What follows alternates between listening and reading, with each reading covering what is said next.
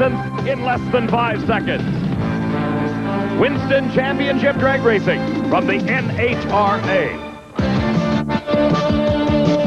The NHRA Winston Drag Racing Series, 16 races throughout the year, encompassing racetracks in both the United States and Canada. The most recent event was held at Sears Point International Raceway, the inaugural Motorcraft Ford California Nationals. There, Joe Amato took his second Top Fuel victory in a row when he defeated Dick LaHaye. The performance of both outstanding. Amato a 5:17 elapsed time, LaHaye a 5:18.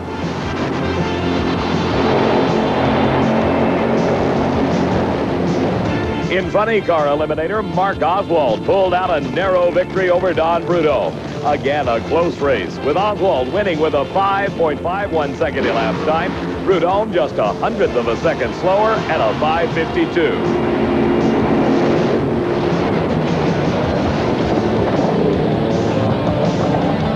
The surprising Harry Scribner won his first ever NHRA Winston Drag Racing National event, taking the Pro Stock title against Don Beverly. The two drivers turned identical 7.49 second elapsed time, with Scribner's starting line advantage the margin of victory.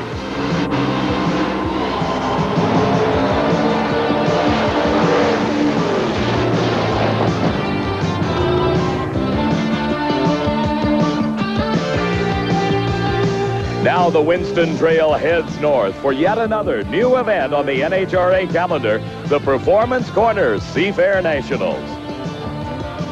Hello, everybody. I'm Dave McClelland, and welcome to Seattle International Raceway. More so than at any other event thus far this season, performance is so much of the story here at SIR. For only the second time in history, all three national records for elapsed time have been broken in the three professional categories. In Top Fuel, Darrell Gwynn gave himself the ultimate birthday present, a new Top Fuel record. Darrell ran a 5.05 second elapsed time to move into the record books. After the performance standard was established, the Miami, Florida driver was understandably elated. Well, that just shows you right here today how humbling this sport of drag racing really is. For 3 races in a row, I couldn't hit my tail with both hands, and here we are, #1 qualifier right now, but we found our problem about an hour ago and just had changed so many things in the last 3 races that we didn't know what to go back to. But the air conditions here at the inaugural race, I'm real proud to be here and be a part of this whole thing. Darrell Gwynn obviously regaining the performance that has carried him to 3 national event victories earlier this season. The dominant driver in funny car eliminator at this stage of the season is Don Prudhomme. 2 times the winner in 3 final round appearances this year. Prudhomme set the new mark at 5.30 seconds. Somewhat surprisingly, he was not as happy a man as you might expect. Or tickled to death. Anytime you run like that, you know, it's very, very hard. And it wasn't a perfect run either. The car shook a little bit and so on out there. So see if we can straighten out and run a little better. Completing the record-shattering trio of professional drivers is Bob Glidden, who carried our onboard camera to a new Pro Stock National ET record of 7.31 seconds.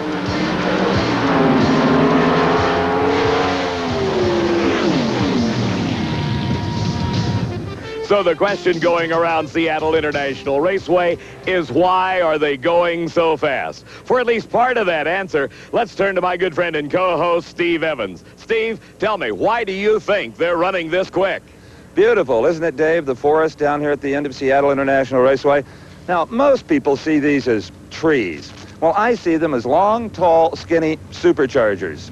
No, I haven't gone completely over the edge. Remember that trees and all vegetation create oxygen. People thrive on it, and so do engines. Now, the racers during the record-breaking qualifying were enjoying kind of a Mother Nature tune-up. First of all of this oxygen. Secondly, this is sea level in altitude. Thirdly, very little humidity. Remember, humidity is moisture, water. It displaces air.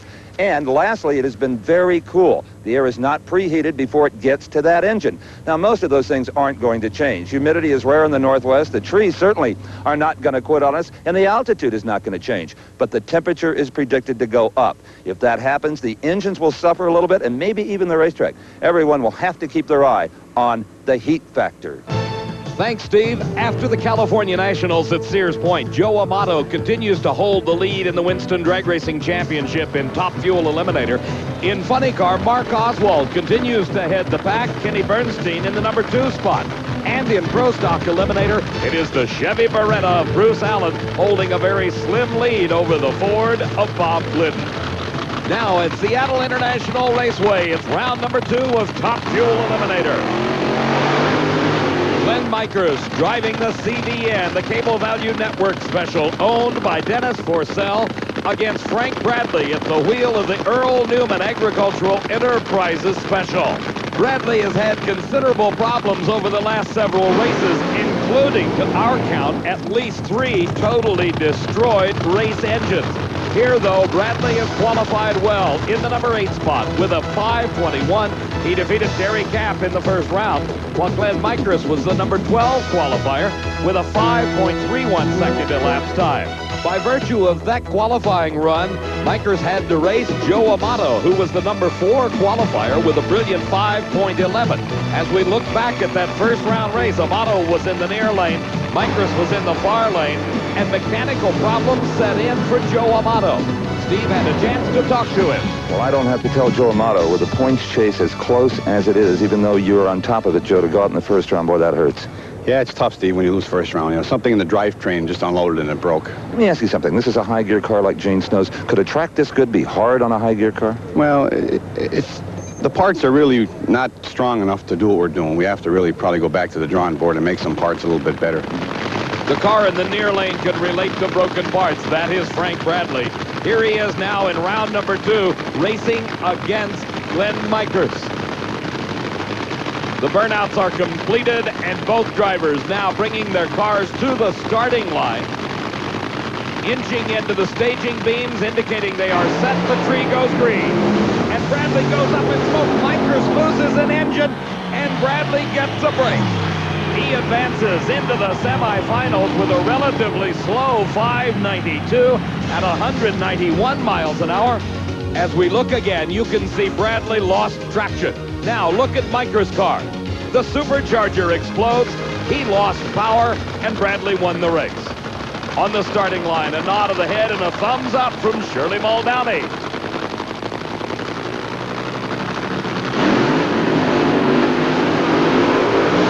A strong burnout by Shirley Muldowney as she heats those huge tires. The engine coming to life now for Gene Snow.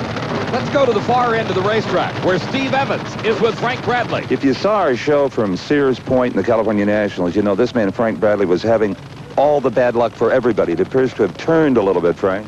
Well, yeah, we were having some bad luck, but it was all self-inflicted. It's just trying to put too much fuel in it, so we changed some more stuff around and just kind of tippy-toed into this deal, you know, trying to get down the racetrack. What happened on that run? Smoked tires. No engine problems like you've been suffering? No, we've been messing with the clutch quite a bit and got a little carried away, it looks like. Backing up after his burnout, Gene Snow. That car uses the high gear only direct drive system similar to Joe Amato. Snow qualified very well in the number 2 spot at a 5:06 and defeated Ray Stutz in first round racing. Shirley Muldowney, running the best she has in several years, qualified number 6 with a 5:15 and defeated Jack Ostrander in the first round. Obviously, nobody terribly concerned about a little bit of moisture on the racetrack for Shirley as she is approaching the starting line under the direction of her crew chief, Ron Tobler. Shirley's in the far lane. Gene Snow, with the lane choice, selected the near lane of the racetrack. A good start. And Gene Snow drives away to victory with a great elapsed time, 5.10 at 273 miles an hour. The 1988 NHRA Performance Corner Seafair Nationals are being brought to you by Goodyear Eagle Tires. Goodyear, because there really is a difference. And by Fram Bendix Auto Light, which are all quality products of Allied Automotive. And by Budweiser, for all you do, this Bud's for you. More Top Fuel racing in just a moment. Take a ride with Eddie Hill. Diamond B Sports in-car camera shows you Eddie Hill in action in his burnout. Here comes Frank Hawley. Hawley, returning to the driver's seat after a 2.5-year layoff, is driving Larry Minor's race car. He qualified 7th with a 5:16 and beat Bobby Baldwin in the first round. Eddie Hill, the number 11 qualifier, at a 5:28, drew Dick LaHaye in the other Miller High Life car in the first round. LaHaye had qualified 3rd at a 5:10. The defending Winston champion was in the near lane. Eddie Hill was in the far lane. A giant wheel stand for Dick LaHaye, and what a break for a tire-smoking Eddie Hill. As the Hill crew celebrated, Steve had an opportunity to talk to a disappointed Dick LaHaye. Well, this particular wheel stand, I think, caught Dick LaHaye completely by surprise. And, Dick, I don't know if you saw Eddie Hill smoking the tires, but it was yours to be had. Well, I knew, the car ran very well last night, Steve, and run the quickest we'd ever run in our life. And we knew it was going to run better today, but we wasn't expecting a wheel stand at all. What's the sensation from the cockpit when they get up that high? Well, I started walking it up, and I thought, oh, Lord, let it come back down. And I tried to pedal it, and it looked like it was going to come down. When I stepped back into it, it just walked up in the air, and I had to back the throttle off, and it just came down too hard. I tried to feather it, and it didn't happen. A tough break for Dick LaHaye. From our in-car camera point of view, you see the safety harnesses strapping Eddie Hill into the cockpit of the Super Shops dragster. He's in the far lane. In the near lane is Frank Hawley. Hawley at the wheel of the Miller High Life Special, following the directions of his crew into the spot on the racetrack that should provide the best traction. Both drivers concentrating on the start, getting themselves prepared. Let's watch Eddie Hill drive. There's the gear shift with the right hand. Then the high-speed lead out with the left. And the supercharger explosion in the lights. Eddie Hill wins the race.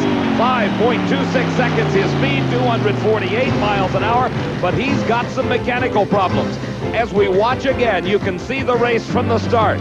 Frank Hawley with the advantage at the starting line. But then the horsepower of Eddie Hill's car begins to come into play. Hawley was the first with problems, losing a supercharger drive belt. Then Eddie Hill exploded a supercharger right at the finish line. Steve? Well, Dave, problems in the supercharger department for both drivers. The loser, Frank Hawley, his belt is gone, and Eddie Hill's, yours may be a little more serious than that.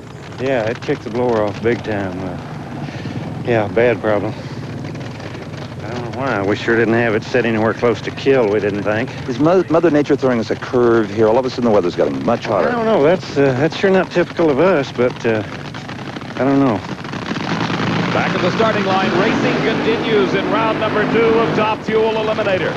Here is former Winston champion Gary Beck at the wheel of the McGee Special, while this is the new national record holder, Darrell Gwynn. That record-shattering 5:05 gave Gwynn the number 1 spot. He beat Gary Ormsby in the first round. Meantime, Gary Beck defeated Earl Whiting. Earlier, Steve took a look at the somewhat different approach of the McGee team. This weekend, Seattle fans welcome home a native son, two-time Winston Top Fuel champion Gary Beck, at the wheel of a very unique dragster powered by this, the McGee quad cam engine, designed in Australia and built in America. This is a true 4-valve per cylinder engine with dual overhead cams on both sides. It doesn't take much of a valve spring to make this engine work. You lose the push rod, you lose the rocker arm, and all the inherent valve train problems you have with a conventional Hemi nitro motor. Now, it looks complicated. They haven't had this engine apart in over 13 runs, but they say it was designed to be worked on, and that the bottom end, the crank, is very strong. That means fewer broken rods and less oil on the racetrack. Now, Gary Beck, for the first time, has won with this engine right here today. And what does the drag racing fraternity think of all of this? Well, Kenny Bernstein has ordered 3 of them to start developing for his funny car. Joe Amato has bought a couple. And Bill Schultz, famed Nitro crew chief, he only ordered 1. He says, this is so strong, I think it's all I'll ever need. Problems on Gary Beck's car. You see the hands of a crewman trying to manually get the car out of reverse after the burnout. The car stuck in reverse. What a tough break for Beck. The engine running great, but problems in the drivetrain are causing severe difficulties for Beck. Jerry Gwynn, the crew chief for his son Darrell, goes over, shakes his hand in that traditional handshake, and Gwynn begins rolling to the starting line. Buster Couch, the official starter. There's the signal. It is going to be a bye run for Gwynn. No competition. They shut Gary Beck off, and Darrell Gwynn gets a big break in round number 2. The national record holder blasts off the starting line. Across the finish line, Gwynn runs 5.09 seconds. His speed 273 miles an hour, and that advances him into the semifinals, where he will race Eddie Hill. Gwynn having the choice of lanes by virtue of the quicker elapsed time. The other pair finds Frank Bradley against Gene Snow. Snow has the lane choice in that race. We'll be coming right back to the Performance Corner, Seafair Nationals. Corner Seafair Nationals, that'll be against Gene Snow right now on the starting line. It is round number 2 competition in Funny Car Eliminator. This is Scott Coletta driving the Oldsmobile body creation against the Ford Thunderbird car of Brad Tuttle. Tuttle out of Hesperia, California, enjoying his best day on a drag strip in many a year. In the first round race, he defeated the top speed record-holding car of Mike Dunn. Tuttle qualified at this Seafair Nationals in the number 10 spot with a 5.49 seconds. Meantime, Scott Coletta qualified 6th with a 5.39 second elapsed time and beat Johnny West in the first round. The body comes up on Coletta's car is Dead Connie. Working on the fuel distribution system, it doesn't appear to be any problem. Connie looking first at Scott, then back at the starting line. And now apparently gets the word that it's time to race. He throws a couple of valves, the body comes down, and Scott Coletta will come to the starting line against the car owned by Jerry Hammond and driven by Brad Tuttle. Tuttle in the far lane of the racetrack. Coletta with the choice of lanes in the near lane. While the racetrack appears to be equal, we find the lower qualified cars, like the Coletta Flying Service Special, taking the near lane of the racetrack. And a giant wheel stand and tire smoking start for Scott Coletta. Brad Tuttle advances into the semifinals. His time 5.60. His speed 259 miles an hour, but he's in the semis, and Scott Coletta out of competition. Here's the bright red car bearing the big number 1, the Budweiser King, Kenny Bernstein. His opponent in this second round of competition is John Force. Every car racing today will do a burnout. It is designed to get the tires clean, but most importantly, hot. Those 17-inch wide Goodyear slicks operate best when they are warm, getting the traction these racers need. Let's go to Steve with Brad Tuttle. Well, sometimes you wish that if you got the brakes that they were spread out over the course of the season, but Brad Tuttle seems to be getting all of his today. A 560, Coletta had big problems. Well, that's good. Well, not good, but I'm glad we're finally getting a break. You know, we've been struggling out real hard, and I'm just happy we had a break here today. You know, and you're true. You're not touring pros. You're not at every race like the McCulloughs and the Bernsteins. It's tough for you. Oh, yeah, it's tough, especially when you're not out on the trail with all these guys, you know, and hitting it every weekend, you know, learning all the tricks, you know. And well, we're getting there. I'd like to thank Jerry Hammond for having me out here. You betcha. Let's hope you find a trick yourself for the semis. Yeah, I hope so. Okay. Thanks, Steve. Brad Tuttle, nice young guy. Indeed he is, Steve. On the starting line, John Force getting set to do battle with Kenny Bernstein. Force now will be testing the starting line in a dry burnout to find out exactly how much traction is available. Over the last couple of years, this has developed into quite a rivalry, the confrontations between Kenny Bernstein and John Force. Earlier, Steve had a chance to talk to both drivers about it. Kenny, when you have time to watch tapes of the drag racing television shows and you see John Force always saying, I got to beat that red car, somebody's got to beat that bad Bernstein, he's possessed by that, or seems to be. What do you think about all of that? Well, John may be possessed about anything. He's pretty much a maniac most of the time, but he's a great guy, and it's a wonderful interview, obviously, but he is possessed because he wants to win. He's no different than any of us out here, but I'm not so sure that the red car is his problem today, although we're going to try to give it our best shot. That kind of rhetoric never gets under your skin a little bit? No, not really, you know, because I know John, he's just raving along no matter what. It doesn't matter who he's talking about or what about or anywhere. It's just continuous, always going. Steve, it's really hard to relate to a red car, and a lot of people ask me why I never say Kenny, but if you wake up in the middle of the night with a nightmare and you yell Kenny, what would my wife think? A perfect example of what Kenny Bernstein's talking about. But when he's at the wheel of that Castrol GTX Special, he is all business. That's John Force in the far lane, Kenny Bernstein in the near lane. Creeping into the staging beams, getting set for the start. And John Force has a slight advantage. Bernstein drives right past him. 5.32 seconds. 270 miles an hour. Awesome performance propels Kenny Bernstein to the semifinals. Seattle International Raceway, a new engine being installed in Eddie Hill's car. That explosion right in the lights necessitated the engine change. Eddie Hill and his crew chief, Fuzzy Carter, directing the activities. Meantime, on the starting line, two legends in Winston drag racing. Don Prudhomme in the near lane against Richard Tharp in the far lane. Tharp back at the wheel of the Kodiak Blue Max owned by Raymond Beadle. It was the Blue Max that propelled Richard Tharp into the limelight in championship drag racing back in the mid-1970s. After a multi-year layoff, he's back driving. The new national record holder, Don Prudhomme, defeated John Martin in his first round race, while Richard Tharp qualified in the number 13 spot and pulled off a giant upset when he defeated Ed McCulloch in his first round competition. Now, Tharp is in the far lane of the racetrack. In the near lane, the Skoal Bandit Pontiac, driven by Don Prudhomme. Prudhomme's on a hot streak. He's been in 3 final rounds, winning 2 of them, and now is seeking his 4th final round appearance. But he goes up in smoke. And Richard Tharp is the driver that advances to the semifinals. 5.63 seconds is elapsed time. Prudhomme coasts through the finish line, out of competition. On the starting line, the other bright red car that has been so dominant in Winston drag racing over the last couple of years. This is the Motorcraft Thunderbird of the team of Candies and Hughes, driven by Mark Oswald. Alongside of him is Bruce Larson. Larson and his crew had a tremendous chore overnight. They literally had to rebuild the entire drivetrain in that Sentry Tack and Gauges special.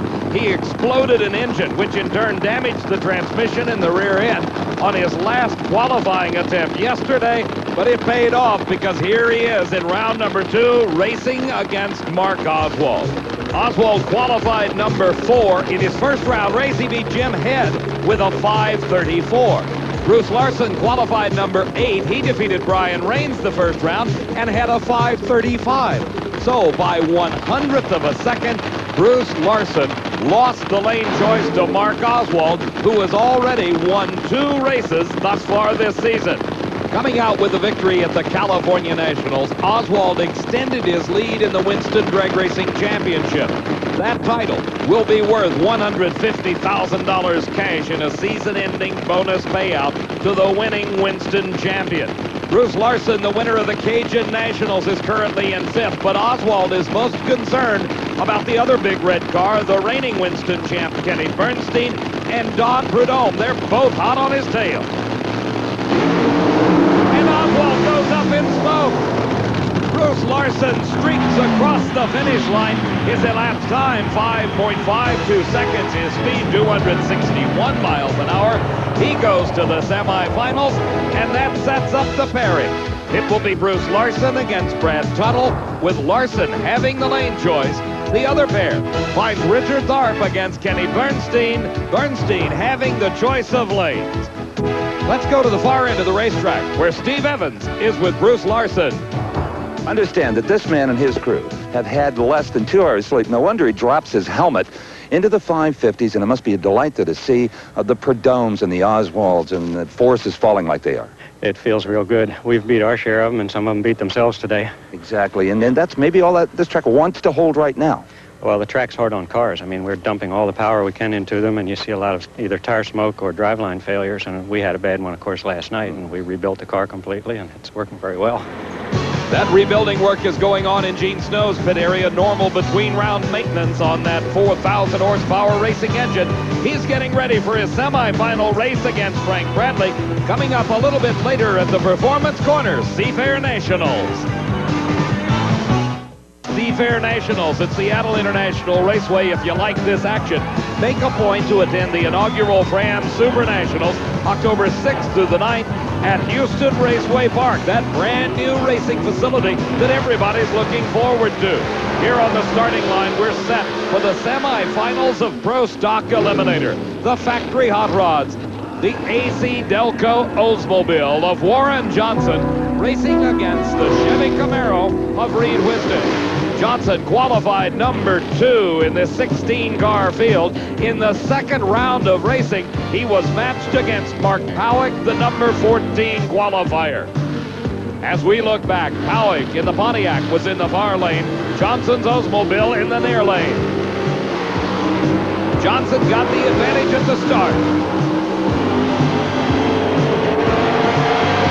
Extended his lead to take the victory with a 7.37 second elapsed time at a speed of 188 miles an hour. That earned him the right to race the number 8 qualifier, Reed Wisden, who in his second round race was matched against Joe Sway, the number 4 qualifier. The Pontiac of Joe Sway had the choice of lanes. He took the near lane of the racetrack and left a red light on the starting line. That indicated he left the starting line too soon and disqualified him, even though he crossed the finish line first. Reed Wisden, the actual winner of the race, had a 7.46 second elapsed time. His speed was 184 miles an hour. Now Johnson and Wisden approach the line for the semifinal race.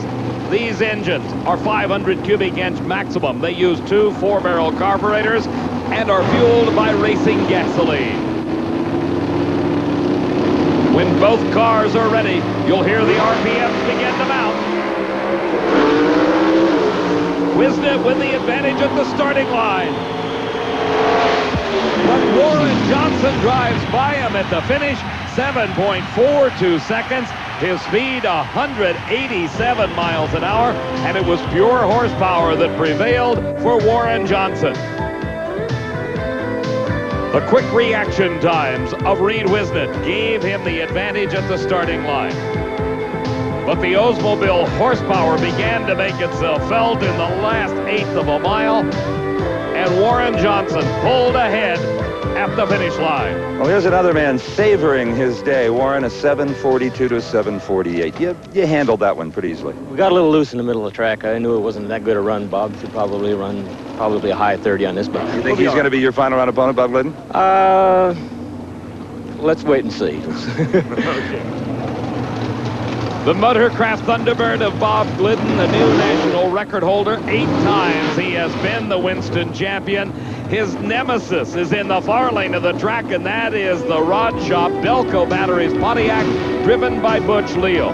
He qualified in the number 7 spot, and in the second round of racing, raced against Morris Johnson Jr. Johnson is another driver that is noted for his starting line reactions. Butch Leal, of course, is called the California Flash. In that second round, Leal flashed to a quick lead at the starting line and held on at the finish. Leal, with a 7.46 second elapsed time, advanced to the semifinals. Meanwhile, Bob Glidden qualified number 1 at a 7:31. In the second round, his competition was Jerry Ekman. Ekman, out of the team of Orndorff and Ekman from Ventura, California, qualified in the number 13 spot. Our Diamond B Sports in-car camera shows you the view of Bob Glidden as he left the starting line against the Pennzoil Pontiac. At the finish line by more than a car length, Bob Glidden advanced into the semifinals at a 7.35 second elapsed time, giving him the lane choice over Butch Leal. The classic General Motors versus Ford battle being played here in this semifinal round. Again, you're riding with Bob Glidden. And Glidden just outpowers Butch Leal to go into the finals.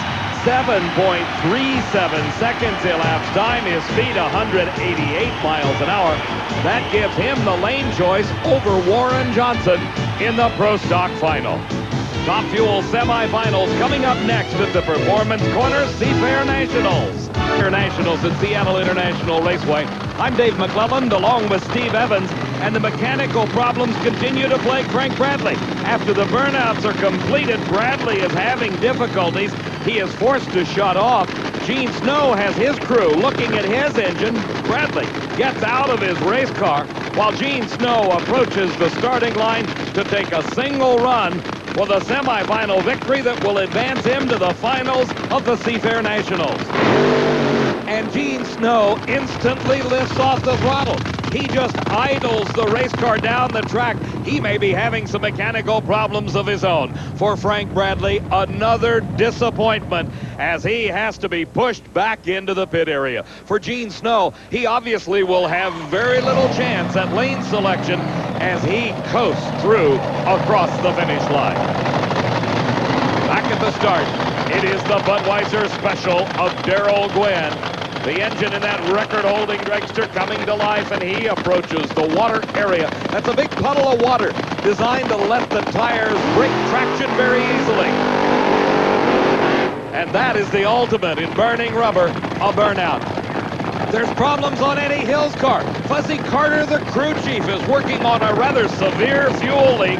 It's located right at the injector. Remember, this car exploded an engine in the previous round, and they had to put a new motor in it. That fuel leak could cause a hazard, not only from a fire danger, but should the run proceed, the engine could lean out and cause severe internal damage to that racing engine. Fuzzy Carter tells Eddie Hill to shut the engine off. So it will be another single in the semifinals. This time, Darrell Gwynn gets the big break. Let's go to Steve with Gene Snow. Well, in a trouble-plagued semi-Gene Snow, I don't know if it's clean living or four-leaf clover, but you're going to the finals. Boy, we're just proud to be here. I don't know what happened. We got some plug wires crossed or something's wrong with the camshaft. I can't believe it didn't have all the cylinders, but that was kind of a break. I'm sorry for Frank, but if it's going to happen, now's a good time. Okay, we'll see you in the pits and try to help you find out what's going on. All right, come on down. See you later. Both of our finalists, the #1 qualifier, Darrell Gwynn, the #2 qualifier, Gene Snow, are recipients of big breaks in the semis when they get a bye run. Obviously, the lane choice will go to Darrell Gwynn. His elapsed time, 5.10. His speed, 276 miles an hour. Eddie Hill suffering the same disappointments that Frank Bradley went through just a few moments ago, having to be pushed back into the pits. Watching his competition, Darrell Gwynn, go into the finals, Gwynn with the lane choice. Darrell heads back to the pits to get his healthy race car ready while Gene Snow hunted with a mechanical problem. We'll be right back after this. In the Performance Corner Seafair Nationals, we're ready for the semifinal round of funny cars. Kenny Bernstein, the reigning Winston champion, racing against his fellow Texan, Richard Tharp, at the wheel of the Blue Max.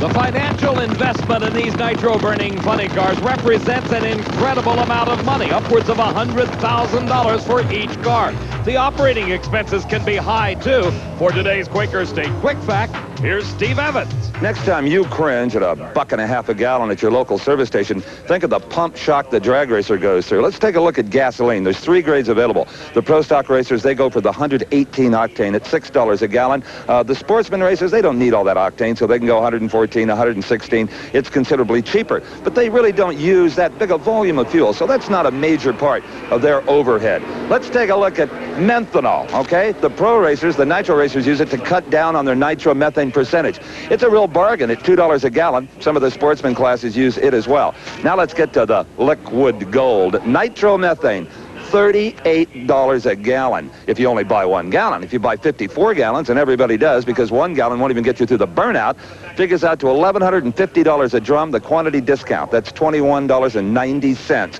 for a gallon of nitromethane bought in quantity. But consider that a funny car racer will use as much as 15 gallons on a run. Yes, nitromethane is a big part of their overhead. Steve, that figures on my calculator to about $330 just for the cost of fuel.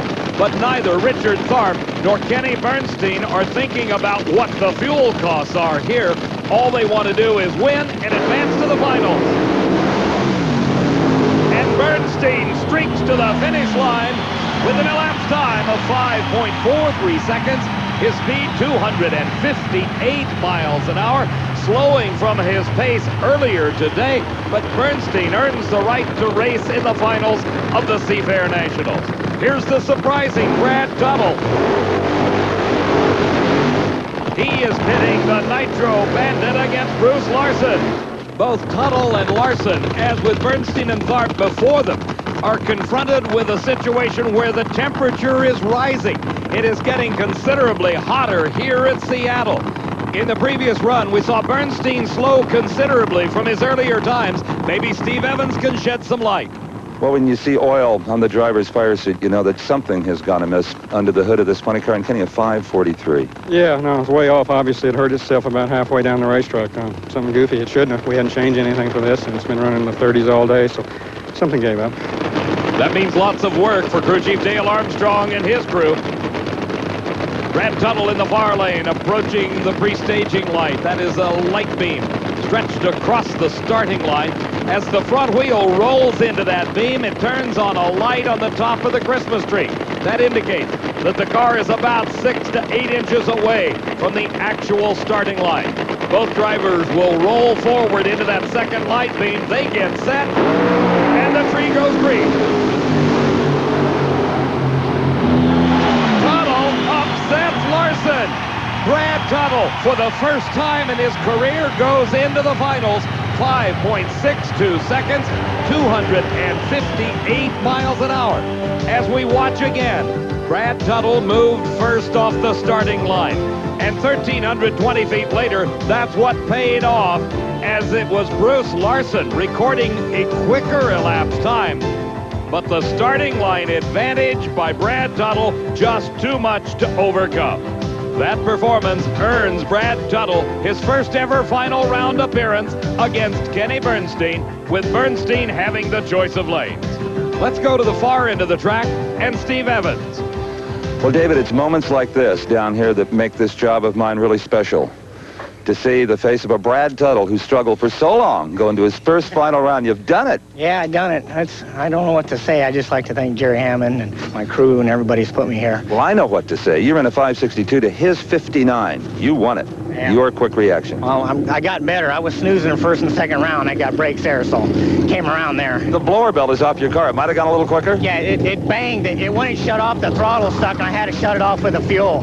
And it banged through the blower when I shut it off with the fuel. The throttle stuck. You think you heard it? Just top end. We'll put another one on. Okay, Brad Tuttle. Can he beat Kenny Bernstein? Woohoo. Now that's a big order. As Brad inspects the damage, we'll be coming right back to the Performance Corner Seafair Nationals. At Seattle International Raceway is the magnificent view of Mount Rainier. In addition to the 3 professional categories that we have been following today, racing has taken place in sportsman category competition for the second week in a row. Pat Austin in the near lane and Brad Anderson in the far lane squared off in the final round of top alcohol funny car.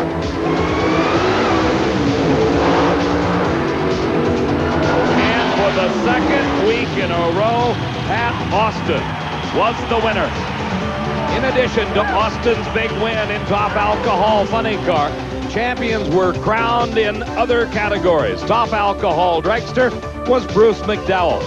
The winner in competition eliminator was John Johnston. Super stock, George Wiebe.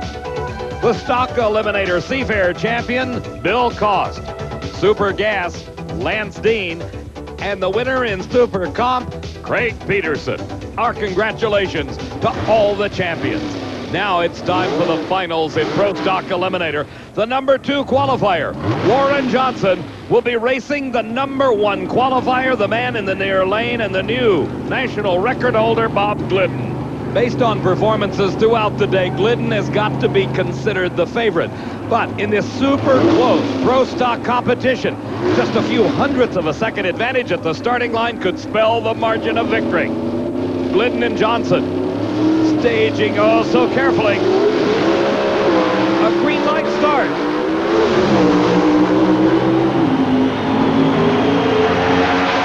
And Bob Glidden powers his way to victory. 7.37 seconds, his speed 188 miles an hour. As the Glidden family celebrates, Bob drives into the winner's circle for the 3rd time this season. As we look again, Glidden actually had the advantage over Johnson at the starting line, and he continued to maintain that lead down the racetrack. A wire-to-wire victory for Bob Glidden. the 63rd in his career, the winningest driver ever in NHRA Winston drag racing competition. Let's go to the far end of the track. Steve Evans with Bob Glidden. Well, the wins are always special, but when you make a quantum leap in the Winston points chase in addition and take home a new national record, well, boy, those are memories you just can't replace. Steve, you're right. We've had really good races at Seattle over the years.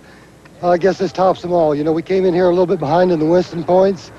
Bruce Allen, the rear Morrison team, had the lead, and I'd say we had to gain at least 800-900 points on the rear Morrison team. Warren, can I get Warren in here? Sure you can. Anytime. Warren Johnson had a great day. Low ET the first round. Good job. Thank you, thank you. This guy is about to be dangerous, I'm afraid. About to be? Yeah. Backhanded compliment. What are the ETs on that run? A 37, and I didn't catch yours. Hey, I'll tell you, Steve, it's been a good race for us. Warren ran really well here.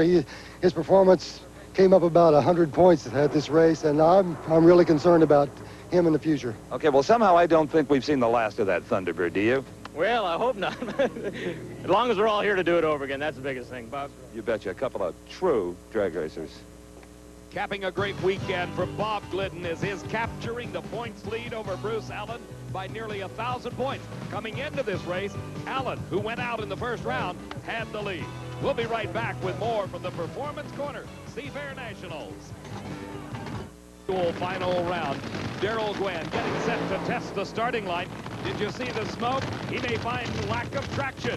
For Gene Snow, his crew is looking intently at that race engine. They had problems in the previous round. Earlier, Steve Evans found out why. Well, Gene Snow's first guess down at the other end proved to be correct. There were indeed cross spark plug wires on his engine. The number 1 and the number 3 cylinders with 16 spark plug wires. It's amazing that doesn't happen more often than it does. From now on, they're going to have those wires numbered on top above the tubes where they go down through the valve cover so that at any time they can make a visual check. Steve, as you well know, anything that makes the crew's job easier adds to the consistency of the driver.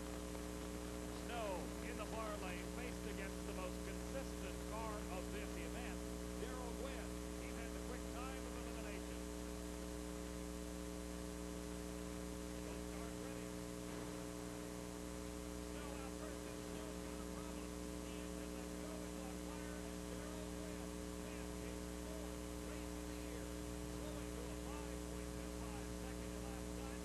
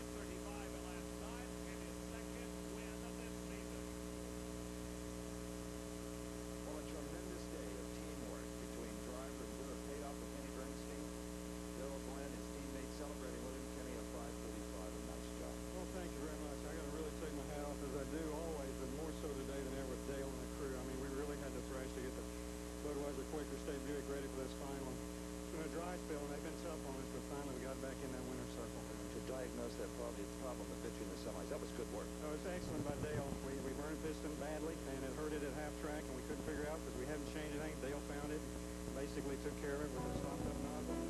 There we are. The new young opponent that you didn't take lightly, I'm sure. Oh, no. You know, you don't take any of these guys lightly. It's war out here every day, and Brad did a heck of a job getting here, and he did a good job in the final. We're just glad to be able to pull it through today. And a move in the points. Oh, absolutely. Going after that Winston Championship, try to do that thing. It takes a lot to it, but it's still wartime for about another 6 or 7 races. Kenny Bernstein, his first repeat win of the season, and it is a double for the team of Dale Gwynn and Kenny Bernstein. Today's victory moved Bernstein even closer to the points leader, Mark Oswald. Don Prudhomme close behind in 3rd place. In Top Fuel Racing, Joe Amato watched a bit of his lead disappear to Eddie Hill in the number 2